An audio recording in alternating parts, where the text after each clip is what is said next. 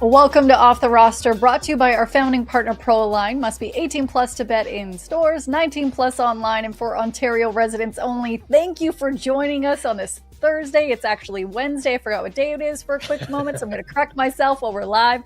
I'm Lindsay Dunn, joined by my amazing co-host, Riccio and Cabbie. And do we ever have a lot to talk about on this day, whether it be the fact that we are going to have Fred VanVleet on the show, 2019 NBA champion, also a champion with the Raptors G League team, who are now 14-0, continue to make history. We're going to hear from new Blue Jay Cody Ponce for the first time to Toronto media since he signed with the club. And we will also talk about how the fact I was right when it came to the NBA Cup, my friends. That's right. I like that's how you start the show. It's just, not going to happen often. Your chest. What? Cheering on the Knicks. That's how Lindsay spent her Tuesday night. That's great. Cheering on OG Anunoby, who had 28 points, the former Raptor, and a hilarious moment that happened there. But of course, we are going to start off on the ice with the Toronto Maple Leafs, where the fan base were pulling out their hair, screaming at clouds, especially in that first period. We had Craigie B having a moment where it went viral, him yelling, "We only have one shot on net." Everything changed, but yeah. But group chats around Leafs Nation, they were going bananas, including our own. But fans, they were not certain about what was going to happen in this game. They thought they were going to get shut out. Let's take a look at a fan's tweet in response to the Toronto Maple Leafs win. Oh, is that Dan saying, "Never in doubt"? Come on, Dan. Come on. Yeah, it was never in doubt. It really was never in doubt. I never once last night felt that the Leafs were going to not win that game. Never once. Never had that doubt. Never did. Yeah, we don't have proof in our own group chat that was not the case at all. We don't have the receipts at all, Dan. No, definitely. I don't know what you guys are talking about. This is I had confidence all night. Yeah. I'm not bringing up the group chat because I'm always out of line in it, but we will bring up what happened in the game when we go into the third, where it was exciting if you were inside the Scotiabank Arena, or if you're watching it at home, or you're following along online. 8 seconds, 2 goals. Dakota Joshua ended up being the hero of the night. Austin Matthews also netting one in the back of the net. This was all in the third period. Here's what they had to say after the game. I think it's more of a lesson that, when we're playing our game, that things go the right way, and when we're not on our game, it goes the wrong way. So I think pretty simple lesson, and once again, I think it's cliche, but it's a full 60-minute game, and that's what we need to win. Yeah, I mean, it's a nice win. I don't think I think other than maybe the last 10 minutes of the first period, I thought we played pretty solid. I think it just got away from us there after 10, and a couple bad breaks. And I just think we stopped taking care of the puck, and turnovers were obviously an issue. But I thought the second period we at least played harder, competed harder. There wasn't really much going on, but it's nice that we come in the locker room and guys are staying positive. We're holding each other accountable. We just got to go out there and compete a little bit harder and play the right way. And Dan, they say there is no place like home, but for the Toronto Maple Leafs, home may not be where their game tends to be. Well, at least on this in the third. Yeah, on this homestand, it's been weird because the way they finished that last road trip, they finished it 4-1, won 4 of 5, and played some of their best hockey of the year, and you felt like they would carry that onto home ice, and it just hasn't really happened. I know the record's not so bad, 2-1-2 through the 5-game homestand as it ends after they flipped that game last night, but really the only truly strong performance from the group, a full 60 minutes, you could say, was that 2-0 win over the Tampa Bay Lightning. So it's been a frustrating homestand because it felt like, to me, the team was starting to find their groove a little bit, and they just haven't been able to put it together. And that just builds the frustration around the team of, are they going to find it? When are they going to hit that level that we've seen them hit so many times in the past? And I just think that this group is still finding themselves this year, finding themselves without Mitch Marner and trying to find that next gear. But right now, it's still a struggle at times. And that's okay because you still got more than half the season to figure it out. But I would have liked to see a little bit more of a stronger performance consistently on home ice through this homestand. Cabbie is so excited that we can't hear him because he's just overwhelmed by such a big third period comeback. Yeah, exactly. He was fired up to come down with the fire on me. Yeah, he was censoring himself. Not being as positive after a win. A whole lot of bleeps, mother bleeps.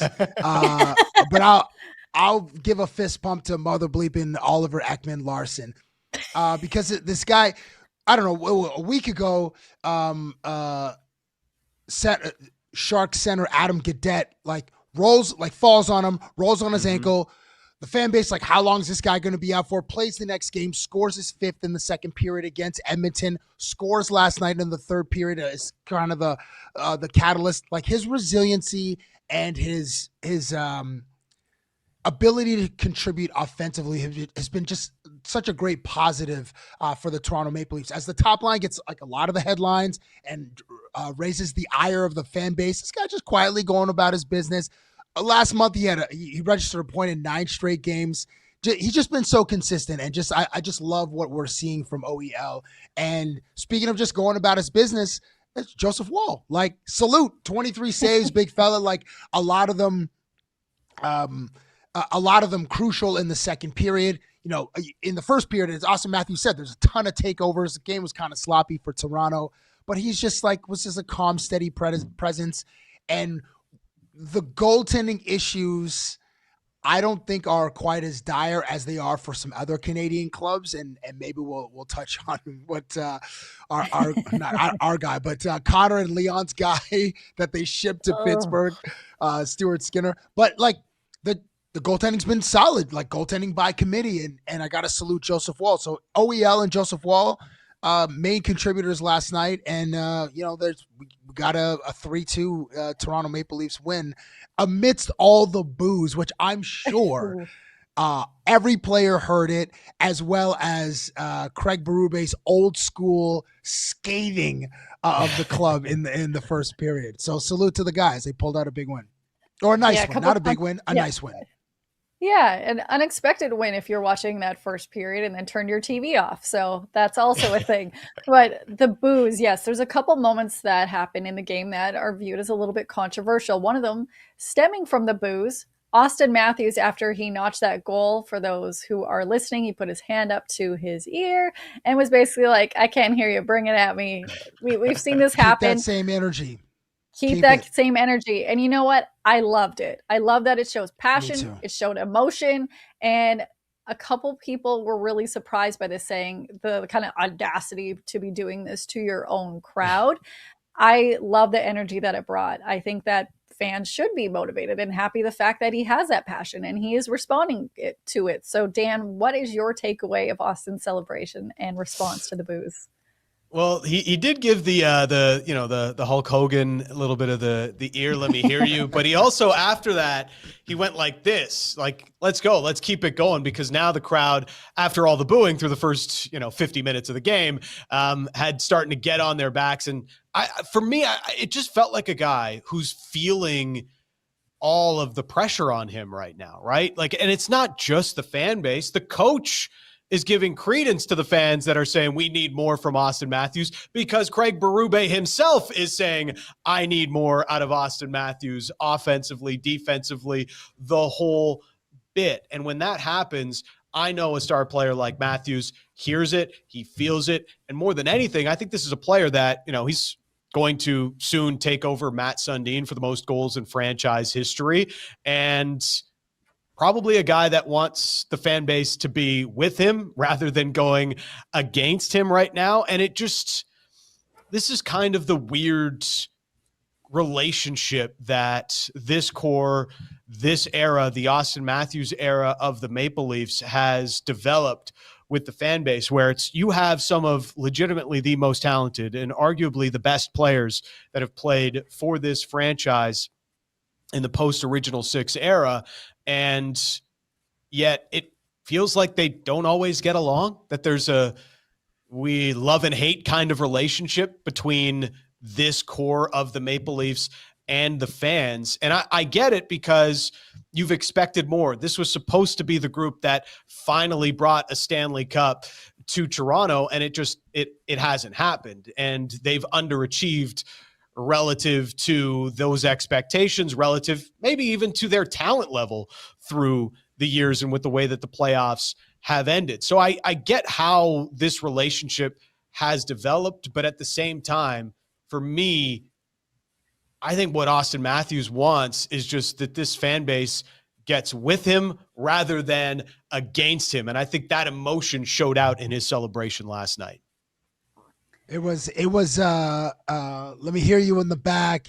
It was an STFU moment. Like it was there's so emotion. I love how he plays with passion, and it may have even been a response to Craig Berube because he gave it to him on the bench. Like he just like, I think what do they say? What did Jeff O'Neal say during the first intermission? Blew his stack in the first period. So it could have been a response to all those things. He would never say, but I love that moment. I love when players respond to either adversity, criticism, boos from the crowd, and then thankfully for him and his teammates, they won, so they don't have to hear more criticism today. But I love that. I love when they show passion and they respond in big moments or high leverage moments. And it was a vintage tuck from Matthews too. Like the way he scores that goal, like getting it up and over Spencer Knight, who's been one of the best goalies in the league this year, so quickly. Like that's what we want to see more of from Austin Matthews right now. And hopefully this is one of those moments that really gets him going. When we talk about passion, the Leafs fan base, obviously very passionate. And right now on their YouTube chat that happens live during the show underneath the Nation Network on YouTube, make sure to follow, like, and subscribe. Justin just posed the question saying, like, should you boo your home team? You do you. But I will say, I've been at many Leafs games. I grew up a Leafs fan, mostly out of spite because my dad was a Boston Bruins fan and my neighbor was a Habs fan. So what do I want to do? I want to get underneath their skin. But I remember years ago when Phaneuf was on the team and I was there as a fan and people were booing the team and I was kind of caught off guard by it. But now covering it for the last 10 years as a journalist, and I'll do like the air quotes, it always shocks me when the home team gets booed by their home fans. They know that they're playing bad. They're quite aware from it. And you are supposed to be on their side because it's you and them against the world mentality. And it's just, I don't agree with the fans booing them. I agree if you boo a player, that's a terrible human being. Or, hey, we all collectively can boo the refs together because we all dislike them. They're never making the calls that we want, whether they are right or wrong. But I really disagree with the fan base booing their team. I don't care if you spent $1,000 on a ticket. The team knows that they played bad. And a lot of them will respond, but a lot of them do not respond well to them being booed by their home base. And Dan, I think we may disagree on this. Well, if you pay the money that it takes to get into Scotiabank Arena, I'm not going to criticize you for how you choose to cheer or not cheer your own team, especially when you come off, like, the context of it is part of this, specifically for last night, is part of the conversation where they get blown their doors get blown off them by Edmonton on Saturday night. And then they show up with that first period performance yesterday. It's just a really tough look for the team. You expected a response and they didn't get a response. When that shorthanded goal goes in, the air just gets completely sucked out of the building. Now, whether players want to admit it or not, there's always an element of you feed off the energy of the crowd. And this is where I agree with you to an extent, Lindsay, in that that's a moment where the Leafs need a boost of energy because they're feeling it after they give up the shorthanded goal. Their coach is down their throats. All those things are happening. And now the fan base is on them as well. I think, as you saw at the end of the game, they feed off the energy in a positive way once they start to turn the game around. But I think the fan base or the crowd inside Scotiabank Arena maybe didn't give the energy that the Leafs needed to come out of that early 2-0 deficit when they didn't really start the game all that badly. It's just Chicago scored a couple of goals against the run of play. I'm kind of indifferent. Boo the opponents is what I say. And I guess at times you can boo the referee. Not you can. You do whatever you want. I just hate it when fans become part of the story, when they're like, and you see this in basketball, not in hockey. I guess sometimes you see it in hockey. Remember when that one fan was like jawing at Ty Domi and then ended up falling into the into the penalty box. And then Ty Domi just gave him, I don't know, 4 or 5 left hands, rightfully so. Filled him in. Yeah, just filled his whole face with friggin' knuckle sandwiches. But I say boo the opponents. I personally would never boo the home team or the team that I'm paying to see, because that's the entertainment. But it's to each his own. Yeah, I have never booed a team that I've went to, mostly because I have covered them, and you're not supposed to boo when you're a journalist. Can you imagine from being there from the press box? Boo, boo. But as a fan, Lindsay, I want to see this now. imagine. I want to see you boo somebody from the press box. This would be amazing. You know what? When we're at a game together, I will. I've never booed a team ever as a fan or this, because I feel bad booing them. But something people will not boo is the fact that they have an opportunity to see the Toronto Maple Leafs in person in one of the most interesting seats in the room. The Leafs, they're going to be on the road for the next couple of games, but when they're back, we have a heck of an opportunity for you. Watch and take a listen. What an experience from the most interesting seats in the house. Woo! Game day. If you don't record the workout, did it really happen? When you're on a team that's struggling, it's usually, it's your stars and it's your leadership that's going to get you out of it. 2 or more goals in the first period. Let's go.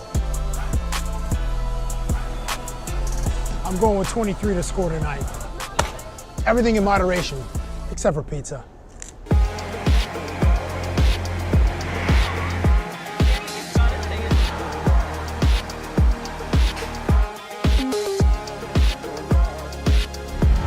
Let's go. Okay. We got a game, ladies and gentlemen. Okay. 2 or more goals in the first period. We cashed. Thank you, Proline. This place is going bonkers.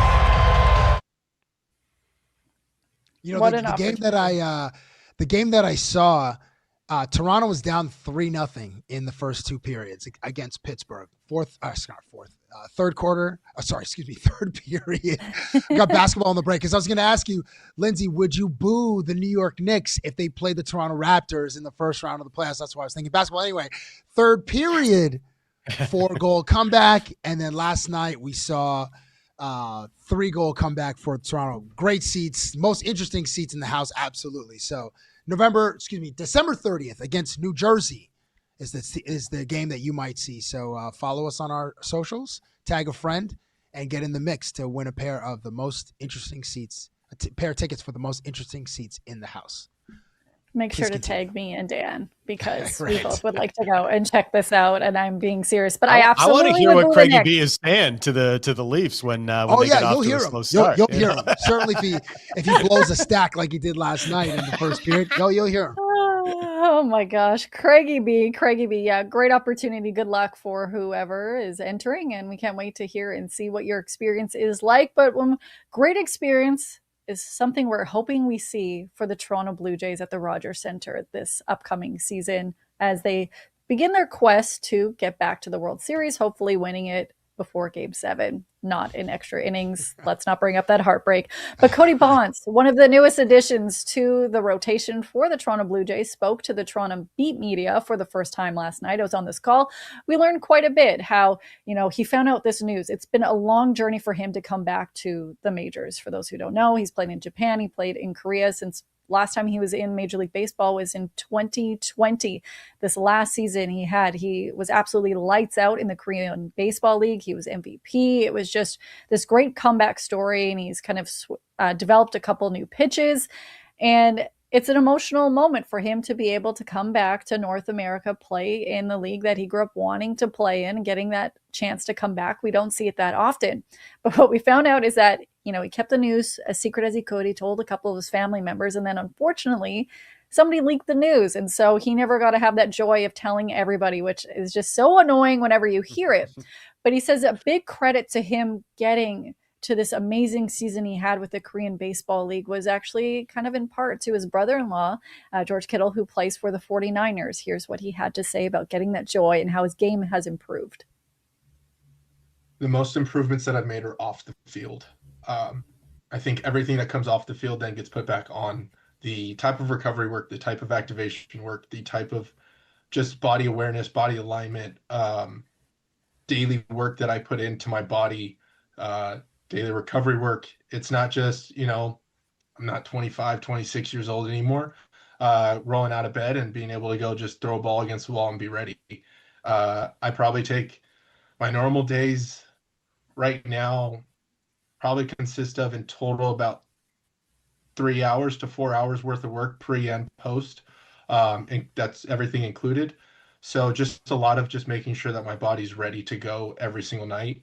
And that goes back to my brother-in-law and him being able to be beat up every single week and go back out there on day 7. If he can get beat up, how come I don't have to get hit? Thank goodness anymore. I did that for 2 years in high school, and I was like, you know what? I'd rather just put the own stress on my body rather than somebody else hitting me. And I was like, if you can do this, I can be able to do some type of your program, some type of the things that you're able to implement into your life to make sure that your body's ready. So that way I can make sure my body's ready.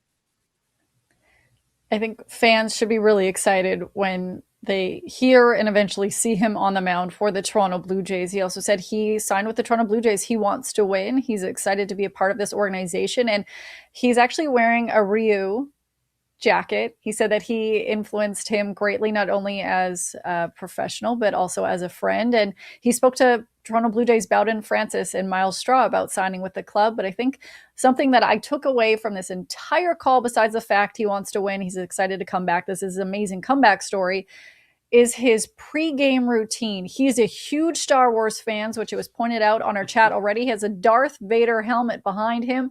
And before every game, he will watch something from Star Wars. Take a listen. I can watch an entire movie. I can watch the entire Clone Wars animation. I can watch Legos. I can watch Ahsoka. I can go watch Bad Batch. I have a tattoo of Star Wars that I love.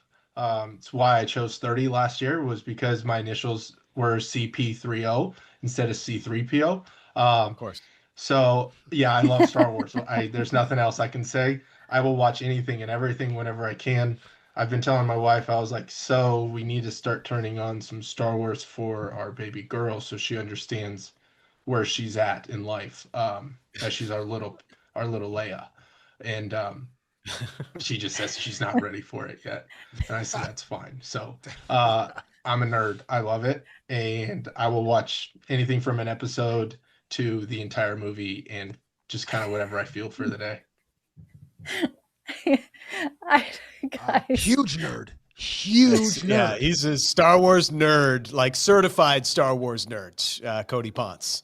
I don't think we can doubt that right now. Oh, absolutely not. If you're referencing like the clone, like the animation series, which I've heard are great, is great, and like some of like the Disney Plus series, that is super nerd. And if you're already like bugging your wife, like, oh, we got to get our baby, our infant in front of the TV to start watching Star Wars stuff, like super nerd. One thing I want to mention though, you mentioned Hyunjin Ryu.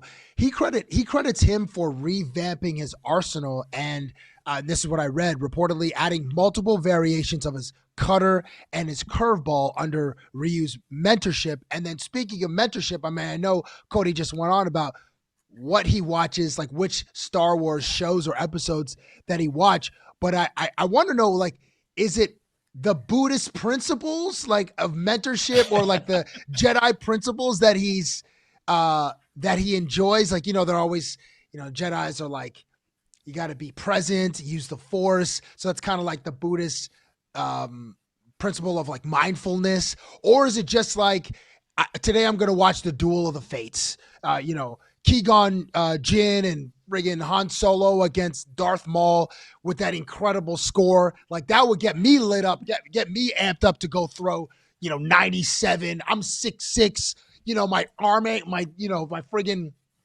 7'2" extension. I'm coming right here, like coming right in your eye socket, to throw a fastball.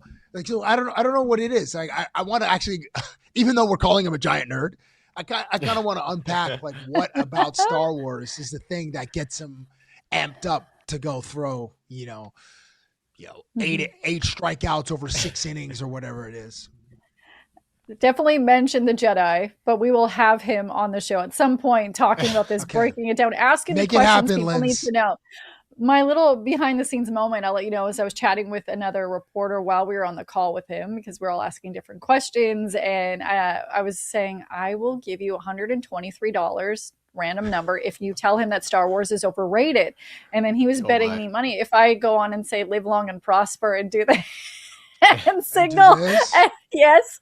And so I couldn't do it, but when we interview him, we absolutely will have to troll him a little bit because I'm excited. I love that he's so passionate and he found something so unique also to motivate him in so many different ways in life.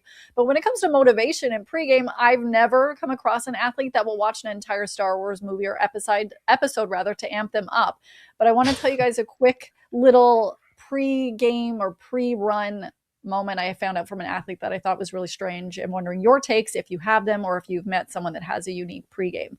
So a couple Olympic athletes for Team Canada over the years, runners, asked them like, hey, what do you listen to in your headphones before you actually go and you run the 400 or relay, whatever it may be? Two of them told me they listen to murder mystery podcasts. So they're hearing about people getting stabbed, trying to figure out the murders. And I'm just like, sorry, what? Do you use this as motivation to try to run away from the killer? And that was not their answer. It just takes them out of the zone. And it was, to me, one of like that. Still, I don't think anyone will ever top that. They listen to murder mystery podcasts before they go run to try to win a gold medal. Dan, Cabbie, do you have a story? Well, the one that sprung to mind, and it's maybe not as fun as what you just mentioned, but as Cody Ponce was talking there, and he's talking about his whole routine of watching Star Wars, and his whole routine takes him about 4 hours or something like that to get ready on game days, pre and post, and take care of himself. I've heard it a lot over the last few years, especially covering the Vancouver Canucks. And one thing, we always talk about it in sports, confidence, right? Confidence is everything. Confidence is key for these guys. And when they don't have it, that's when you really see them struggle. And one thing the Sedins would say is confidence comes from your preparedness. And if you feel, for whatever reason, that you aren't as prepared as you need to be for that upcoming game, that upcoming event, that's where your lack of confidence or anything of the sort, your preparedness off the field is what shows up on the field. And I heard a lot of, some of those things that I heard from Henrik and Daniel Sedin, a couple of Hockey Hall of Famers. I heard a lot of what they would say from what Cody Ponce said about how he prepares himself. The murder serialized podcast. Like, are they listening to Serial? An update on Adnan's case in Baltimore. Adnan Syed. That was one of them. Oh, really? That's Yes. really interesting. I haven't heard anything quite as unique as that, but I guess it totally just takes your mind away from the task that you're about to do. And you can either be really calm because the narrators are often like very calm and, they're going through the procedure or whatever. And it's like, you love a good mystery because of how the thing unfolds. But good, right? I just hit my mic there. Good story there, Linz. Nice. Wait, so are you similar, Linz, before the show? And are you listening to murder mysteries, or do you just have you throw on Wham, Wake Me Up Before We Go, Zamba, Zamba, gonna dance. Show my face. No? Listen, for those listening, I have that's not out of the realm of ultimate possibility for you, Linz, and your eclectic taste. Man, I know I'm going to get hate for this. I hate Wham. I can't stand any song. It is one of those songs, like the artists, the vocals that just instantly give me rage. And that is not part of my record collection. Hard skip all day, every day. But it is no surprise, which is why I have the 85-year-old Spotify Wrapped playlist. I do listen to Dean Martin every day because it's calm. It brings me joy. It's something, it puts me in the zone. But when I want to get amped up, like if I'm on the way to a game or if I'm going to do an interview, I have Spice Girls playing Spice Up Your Life. Let's No, you go. don't. But no, I do. It's I don't believe it. Dude. They had some bangers. They I'll did. give them that. They had some bangers. I'm going to get shade for this. We're going to be talking to Fred VanVleet in a moment, but I missed the 2019 Raptors parade, thankfully, because that looked like chaos, because I went and saw the Spice Girls last show at Wembley Stadium in London. I was covering the finals and then hopped on a flight, and then I left. I'm like, I'm not going to the parade. and I went and watched the Spice Girls. I also like interviewed some pretty cool people that why I was out there, but I missed the parade because I'm like, I'm gonna go see the Spice Girls, and I'm glad that was a great choice because that parade was insane in the membrane. I heard Were all "Stop" five on the of them? radio the other day, and I still remembered every word to the song pretty much. So Do you know the dance? I don't know. Wait, The were all dance five I of them don't on remember. stage, or was it 4 of the 5? Like was It was- Victoria Beckham it there? No, but I'm okay with Okay. that, even though Posh Spice forever. She is lovely, but she's not someone that was known to bring the vocal abilities or dance skills to them. But the Sure, party was that's still true. there, and I still feel the energy from that show. It was nostalgia. But anyways, Dean Martin before the show, and we'll get into what you guys listen to another time because I know Fred VanVleet is on the line. But just quickly about baseball, we will be talking about the World Baseball Classic coming up in another episode because we're getting a little sneak peek into what some of the rosters are going to look like that involve Blue Jays and former Blue Jays. But the World Baseball Classic, it'll officially kick off on March 5th. He's an NBA and G League champion, an all-star, a podcaster, a media guru. Some people call him Steady Freddy, others call him Frederico, and well, some might be calling him the president, the man, the myth, the legend, Fred VanVleet, joining us now. I'm going to call him Frederico. Yay! That's right. That's right. You give applause around here. Frederico! Thank you for joining Yeah, I us. appreciate that. We know you spoke to our friends at Hello and Welcome recently, where you let them know you're recovering well after 12 weeks of getting surgery. We can't wait to see you back out on the court. But you have a hot new episode of Unguarded out today, your podcast that features your teammate, Katie, Kevin Durant. Did you guys discuss his rap career? I have not had a chance to listen yet. We did briefly. Not in depth. You know, the thing about interviewing your teammate is you still got to see him every day. So I had to walk the line of trying to put out a good interview, but like this is a guy I got to see every day. So there was definitely a lot of things that I didn't get to that I wanted to, but that's part of me learning how to be a journalist, I guess, or a podcaster. That still makes me cringe to say that I'm a podcaster. So I'm learning. Me too, buddy. Me too. I'm 2 weeks into this journey, but it's just, I will let you know, this will be a very unique conversation that will be all over the place because when I've ever interviewed you when you were with the Raptors, I ask random things. So one of the first things I want to know is about you being the NBA PA president. Do you make anyone call you president? No, I don't make anyone call me president, but if I feel a hint of disrespect, I will politely remind them that they are speaking to the president. And Just a sliver of disrespect. Yeah, sometimes like if I don't answer the phone, my mom or my dad or somebody will call me and get mad at me for not answering the phone, and I just have to remind them that you have to go through like the White House secretary and things like that. You can't just call the president on the cell phone. It's channels of communication. That's right. Yeah. Well, Mr. President, I mean this with all respect. This was one of my favorite moments of you as a Raptor. And I'm curious with your new role, you got fined $15,000 for this. I'm going to say lovely gesture. That's great. Now with your That's new great. role, can you by chance reduce fines for amazing moments like this? And please tell me your teammates bring this up to you. Yeah, I would love to. I think that there's definitely a place in our game for celebrations. I mean, listen, you get filled with emotion, big moments. I think that's a huge part of the game. So we're in constant conversations with the competition committee on how we walk that line a little bit. But it's a tough job. How does the players feel about the president having his own podcast now? I don't know. We'll have to see. It's still pretty early. It probably just depends on how well I can do speaking on things without throwing anybody under the bus, which is the hard part. So we'll see. So far, so good. I haven't had any complaints, so I'm taking that as a good thing. Do you like being a podcaster? Do you like being on this side of the mic these days? It's cool. You know what? Actually, in all seriousness, it's been a great outlet for me.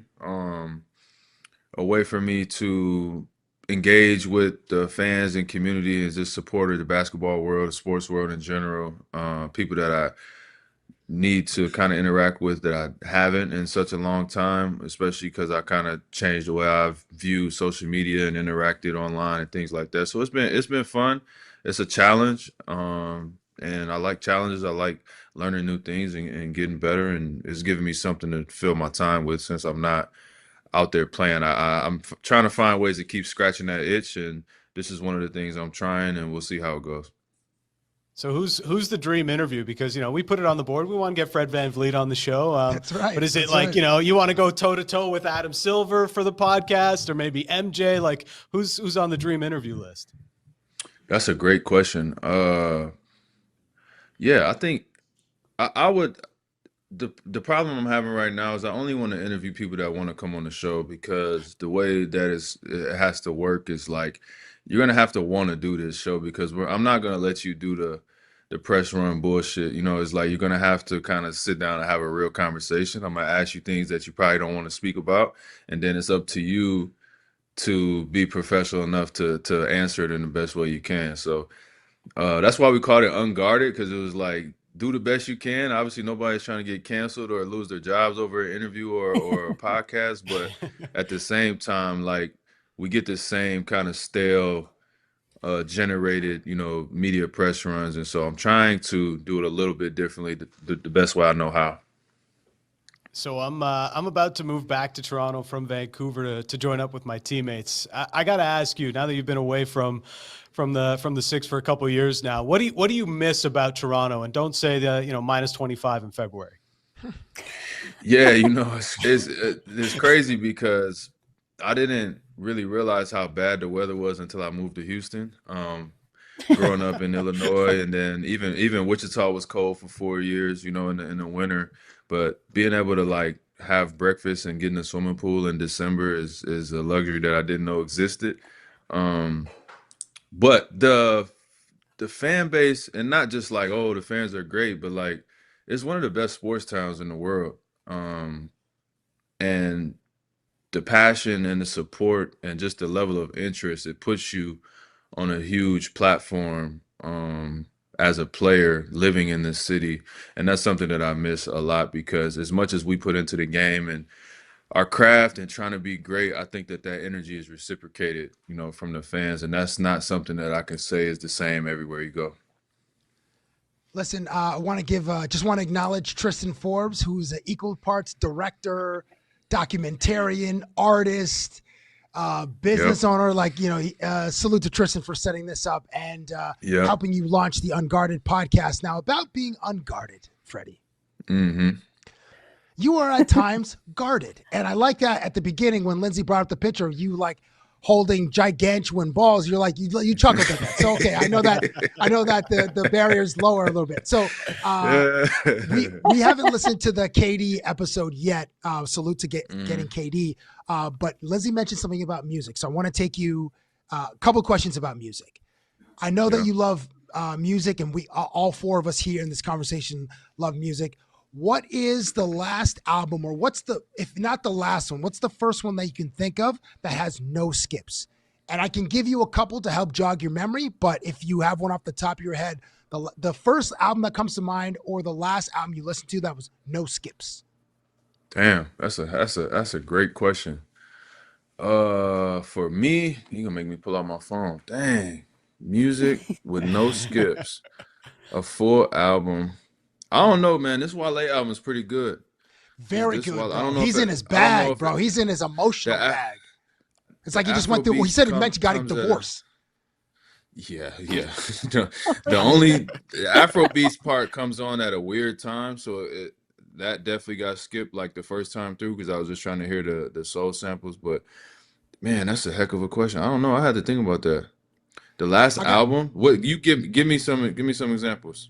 Okay, so these are iconic albums to me that have no skips. Confessions by Usher, the Black Album by Hove by Jay-Z, When I'm in My Alternative Bag, OK Computer by Radiohead, and then these three records from the artist formerly known as, like the old Kanye, College Dropout, Late Registration, Mother Bleepin', Life of Pablo, and for many, My Dark Twisted Fantasy. But that the old Kanye. I'm trying to separate. Yeah. Art from You're artist. going back far. I thought. I know, but like more recently, like.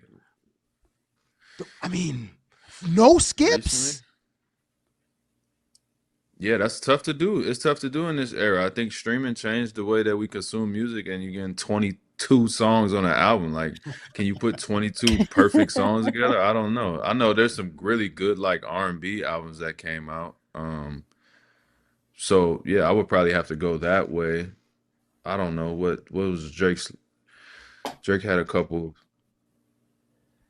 His Yeah, I last don't few know. were Scorpions, For All the Dogs, the record with 21 Savage, Her Loss. I think instead of saying no skips, what album can you just play start to finish?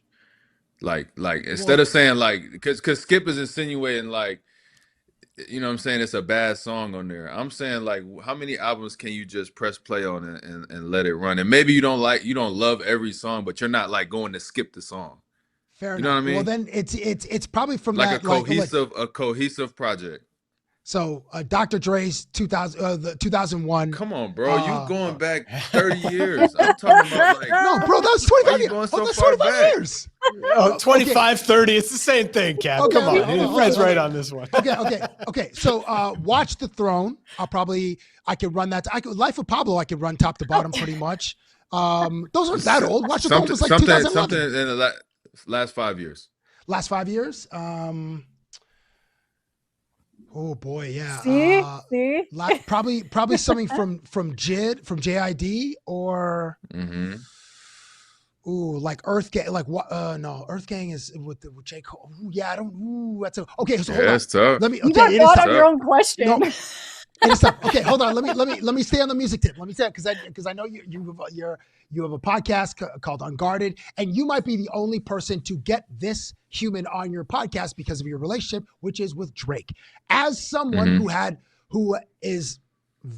brothers that you bled with, and you came out the mud with, and you tried to win a championship with on the Toronto Raptors.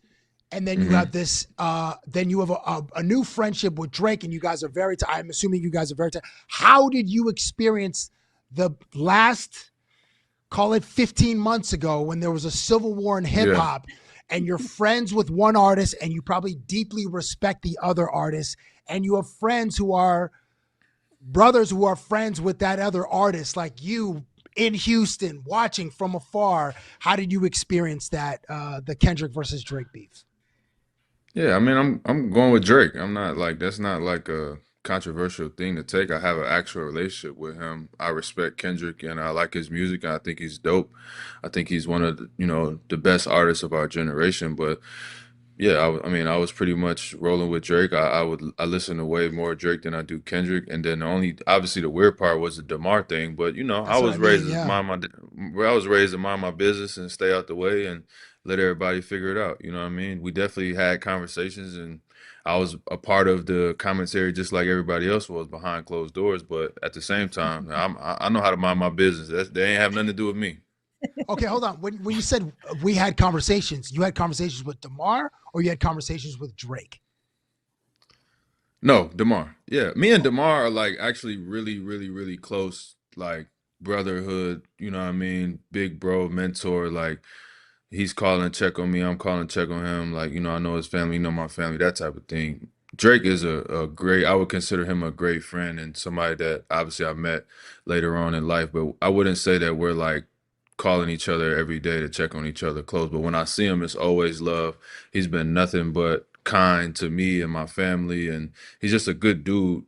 From all of my experiences with him, I have nothing bad to say about him, and he's been my favorite artist, since he came out. When he first dropped Comeback Season, I think I was in 8th or 9th grade, and he's been my favorite artist since then. So like, yeah, there's nothing for me to say, but yes, when everything went down and I was able to have a conversation with DeMar, then it's like, okay, cool. You check on him, see how he's doing, and then all right, move on. It really is not that deep. The internet makes everything crazy, and people try to respond to that. So I know how to stay out the way, man. That ain't have nothing to do with me. Got you. Well, you talked, about we're talking about music and all that other stuff. And I apologize, Fred, that I'm not a complete psychopath that knows everything about you. I don't stalk you. So I don't know if you've already been out there on someone's track, but the guys make fun of me for my music collection. But I wanted to bring up this soundtrack called B-Ball's Best Secret. Did you know that head coach Jason Kidd has a song featuring Money B called what the kid did. What the kid did? No, I did not know that. Phenomenal. You just put me on. Lindsay, you might be like the new version of Narwhal with that type of reference right What a there. reference. That's crazy. I'm gonna Excellent. have to look that up. That was crazy. You dug in the crate for that. Did you used to like carry around crates or something? I gotta check that out though, man. You know, it's funny like to see how things live on, like Allen Iverson and Kobe and like those guys back then. It was, you know, and now we look at guys rapping. It's like, oh, what are they doing? But that it goes hand in hand, man. It's the same culture. It's the same lifestyle. I love music. I'll rap, you know, till I'm an old man, but I will never put it out. Oh, that's what I was trying to get to. Also, I take that Yeah, Nardwuar nah. thing as such a compliment. I am a music nerd, so I have tons of vinyl and random things like this is the World Series Oh, that's hard. 1987 Lakers, where Pat Riley Wow. and them saying, just say no to drugs. We'll leave it That's at hard. that. We'll leave it at that. Yeah. But you know, when you brought up like how you'll get asked like the same stale things in an interview, and when you weren't participating in the media day this year, which I can't even imagine the chaos that you guys have to go through. And you posted how you're like, hey, at least I don't have to do the interviews. When you were with the Raptors, you had to do like this ASMR thing and you were crawling around in a tent. Do you remember this? Like, you had to Canadian Tire. Canadian He Tire. remembers. One of my many regrets in life. Oh, wow. A very teachable moment, and a young Freddie V just grinding and hustling and taking advantage of the marketplace and signing up for a contract and not asking to see the production or the script or the direction or the scope, and getting to the shoot and getting told that this is an ASMR shoot, to which at that point I didn't even know what that meant. I had to look it up. So they showed me a video on YouTube, right? And you guys saw like the best version of that. There were other clips and lines and things that they wanted me to say that like probably could have went on OnlyFans. It was so bad. So it was like that was the best I could do with that. But it was a great check, and the people there were great to work with. I couldn't say anything bad about it, but yeah, like I would never do that again. It was a great learning moment. I always wondered about this, but I couldn't ask. But they had me like whispering into the mic, like saying like borderline sexual stuff. It was crazy. Wait, what? It was crazy. It was crazy. It was crazy. Yeah, that tested my professionalism that day for sure. So some of that stuff I was like, nah, I can't do it. Like I just can't. I can't do it. But it was a hell of a deal. It was a great deal. It was a lot of money for that. Good. Yeah, release the outtakes, Canadian Tire or whoever has them. Please don't. Please don't. They're on OF right now. We just have no idea that they're out there. Yeah. You know, It could be. someone's paying $10 a month for like little drips of Freddie's ASMR saying whatever random lines. That was crazy. That was crazy. I don't even want to guess. But that kind of brings me to the whole media thing, because you were so missed in Toronto for a number of reasons, because you would put up with our shit all of the time. You would answer anything and give us more than one worded answers.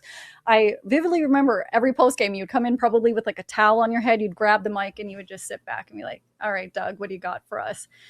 But I will let you know two things. One of the most nervous I've ever been in my life, because I'm terrible with children, I don't know what to ask them, is you brought in your adorable eldest daughter and she was staring at me the entire time, and I panicked and asked her a question. I'm like, please answer this nicely. Please answer this nicely. But Serge Ibaka, being his teammate, I, in my 10 years of covering the NBA, have never had to wait longer for anybody in my life. Have you had a teammate that takes longer since then than Serge? No, he's the worst. He's the worst, and he knows that. And it's every team that he's gone on. What I would say in support of Serge is he has an incredible routine. So that's like, I learned a lot on like taking care of your body, taking care of yourself. But his post game routine is crazy. Yeah, he's the worst. There's not even really like a close second. So, So I'm curious how you're going to be political about answering this one, Fred. If the 2019 championship winning Raptors were to play a fully healthy, including you, 2025 Houston Rockets, who would win?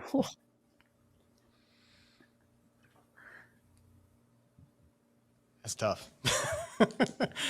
Well, I can't answer that because I haven't seen us fully healthy yet this year. But the 2019 Toronto Raptors is an all-time great team and the best basketball I've ever seen with my own two eyes. Just high level execution, great players, great chemistry, perfect fit, great coaching. Like we just had it all. That was an all-time great team. So I haven't seen our team yet with me out there. Like I didn't even get a chance. This was preseason. This wasn't even like I didn't have a chance to see what our starting lineup looked like. Like there's so many variables that go into it. But I do think we have a championship contending team right now. So I will say that. But the 19 team was like, I'm taking us against pretty much anybody. So we heard your clip on Hello and Welcome about Kawhi and how he was never really had his eye set on Stan. And I'm kind of curious, like locker room dynamics, because if you know that as a group and you still come together, that makes it even like more impressive to me in a way, because I've seen in other situations where something like that could fracture a team where it's like, if you ain't with us, you're against us. Yeah, I mean, it's crazy. I just talked to Kyle this morning because like, you guys know how they clip everything. Like I wasn't trying to say he came his first day to me and was like, Fred, I'm not staying. Like me and Kawhi may have had like all the 5 conversations in our lives. Like, but like I appreciated him. He came and he did what he did and did what he needed to do. But yeah, like we were the perfect team for him. He was the perfect piece for us. Sometimes these things just flow together. We did everything that he didn't do and what we didn't need him to do and vice versa. So it was just a perfect fit in terms of like winning a championship. Now that didn't mean every day was like we were best friends and everybody was laughing and joking and hanging out. Like that team was pretty serious. So guys were older, bunch of veterans, like people kind of did their own thing. But when it came together, boy, it was a beautiful thing to watch. Freddie, I got a couple of basketball questions for you. One basketball, then one basketball conspiracy. But I'll ask you the basketball question first, since we're on that thread.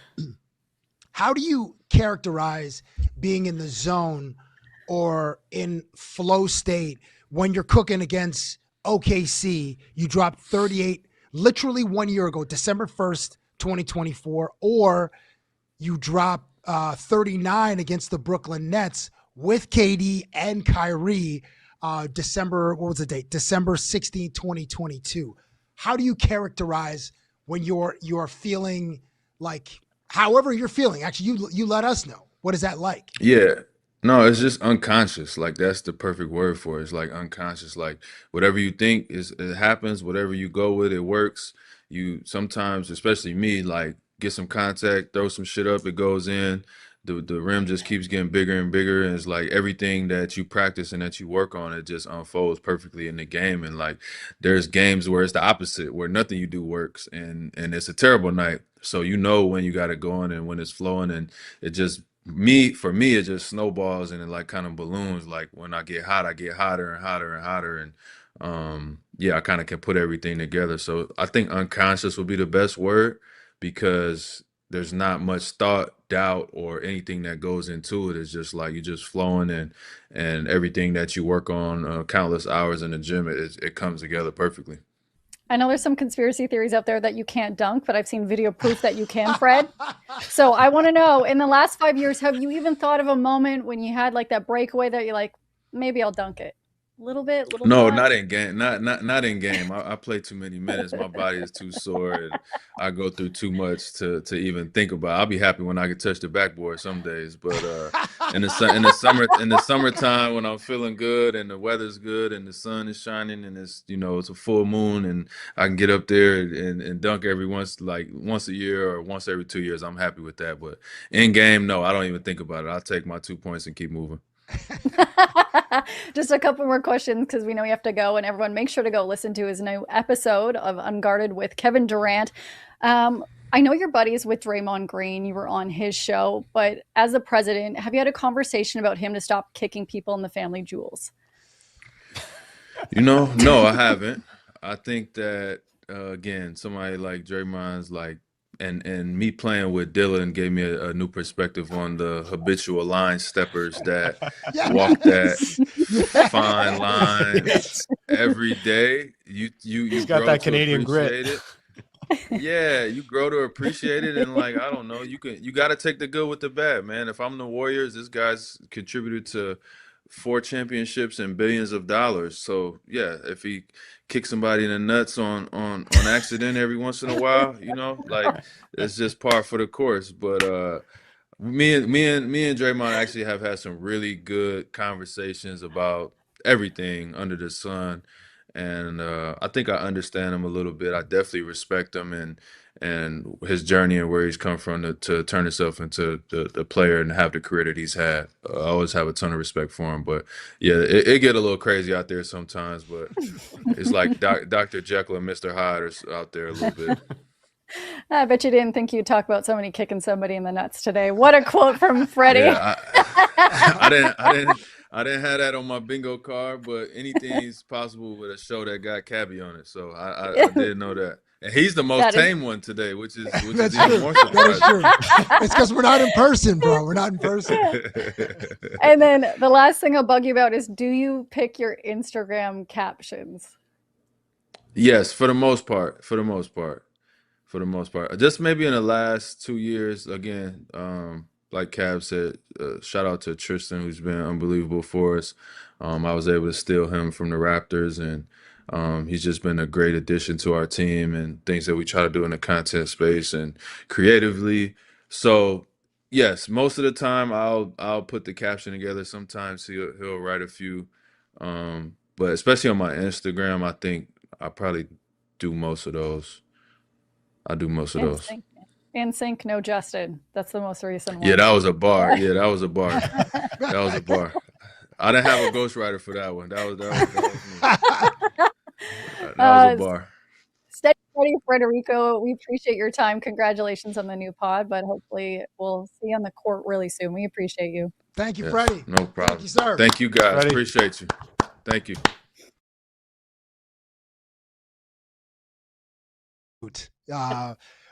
Actually, one quick thing. It's no surprise that, or it's not a coincidence that he's wearing a hoodie like he's a mother bleeping Jedi, because we had the Jedi conversation earlier with Cody Ponce, and I made a mistake earlier. I said Duel of the Fates was Qui-Gon Jinn and Han Solo. It's Duel of the Fates. It's Qui-Gon Jinn and Obi-Wan Kenobi.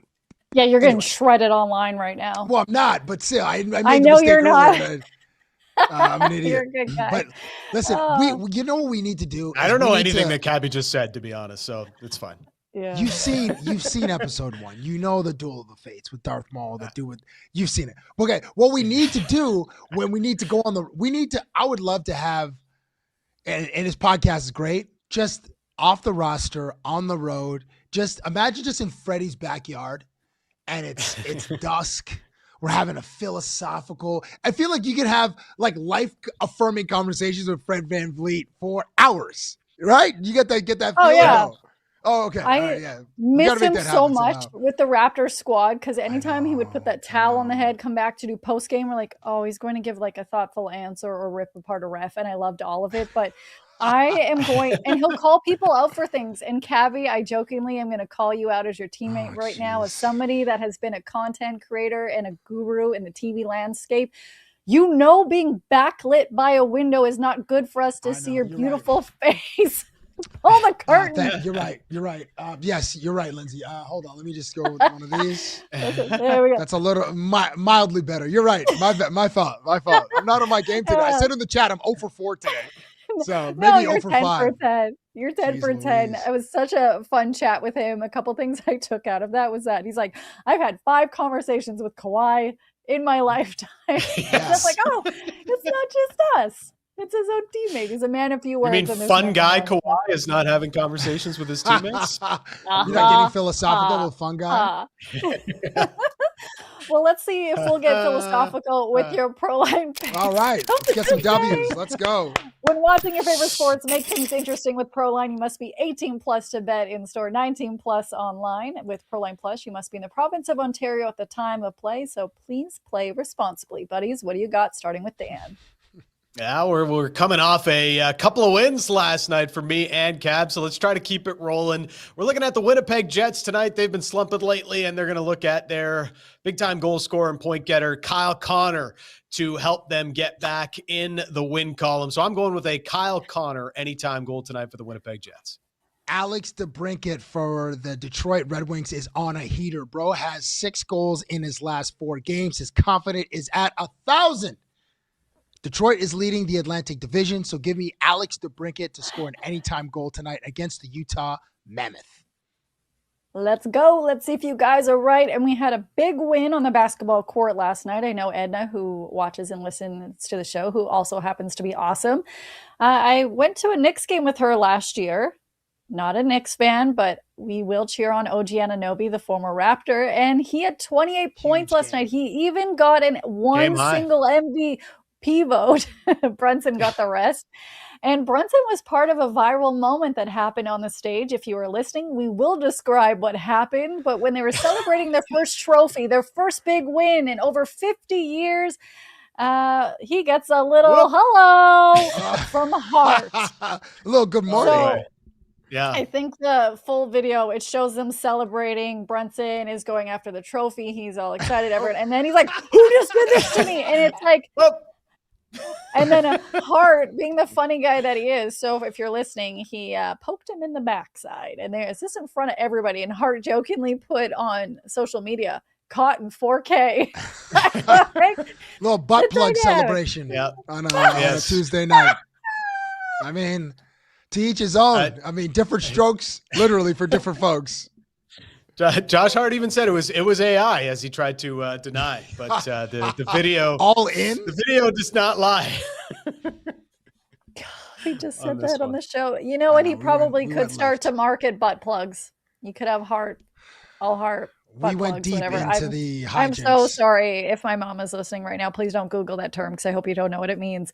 But something else that happened that was a little embarrassing was Ja Rule. He was at a celebrity golf tournament. Ja Rule or you mean Ja Rule? Ja Rule. I like to say Ja Rule. You like to say Ja Rule. Who's Ja Rule? To be honest, you drooling. Well, does he play for the Magic? No one's drooling. Is he a defensive end for the Miami Hurricane? Anyway, okay, roll the video. Roll the video. Just roll the video. Ja Rule, coolest man on the planet. Here he is stepping up to the tee box and big gallery. Oh my God. Oh. Watch out, everybody. This is why not good golfers should never have galleries around them. And when was the exact moment? Do we know the exact moment where Ja Rule became the uncoolest person on the planet? It must have had to do with 50 Cent. 50 has been trolling this guy ever since their beef emerged. Yes. I want to say 2003 or 2004. 50 just ethered him on a couple of tracks, and it's been downhill from then. And then remember, he just resurfaced with the Fire Festival, and that was just it was a Greek tragedy of the highest order, and so entertaining for us watching the Netflix documentary. The Hulu documentary got Billy in it, but his involvement with the Fire Festival, which was just a absolute train wreck. Yeah. I think that maybe sealed it for him. Oh, actually, wait, I can't remember which basketball game it was, but he was a halftime performer at a basketball game, and he said the wrong city. And I'm sure there've been commercials about it. It's what's up, Minnesota? But he was in Chicago or Milwaukee. So those, I think those are a few of the nails in Ja Rule's coffin. And maybe this is the final one, hitting some random person in the family jewels off the tee on hole 6. He's definitely not living it up. No, Cabbie. That is banned. Even though Justin mentioned it in the chat. Justin mentions it every day, and I am not biting, but he almost got me the other day. But Ja Rule not living it up, not always on time. That was a terrible. You're sticking with Ja Rule, huh? Not Ja Rule. You're sticking with Ja Rule. Okay. Ja Rule. I like Rule. Drool. I also like drool, if you just say it really fast, because no one's drooling to see him anytime soon. Just kidding. He had some bangers. This show is a banger. We talked about everything under the sun, and this fun will continue tomorrow. Thank you for joining us for another episode of Off the Roster. Make sure to follow us on YouTube, like and subscribe, all that fun stuff. We'll see you tomorrow. Subscribe to the Nation Network YouTube channel.